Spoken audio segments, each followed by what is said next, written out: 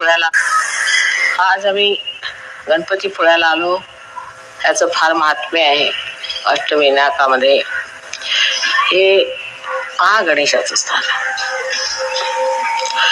महागणेश हा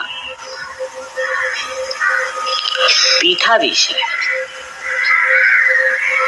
आणि ह्या पीठावर बसूनच तो सर्व गणेशांचं रक्षण करतो. सर्व ओंकाराची चालना करतो.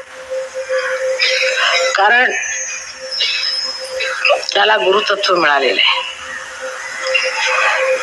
वातावरणात सुद्धा आपण पाहिलं की समुद्र इतका सुंदर आणि स्वच्छ ह्या गणपतीचे पाय धुतोय. कारण समुद्र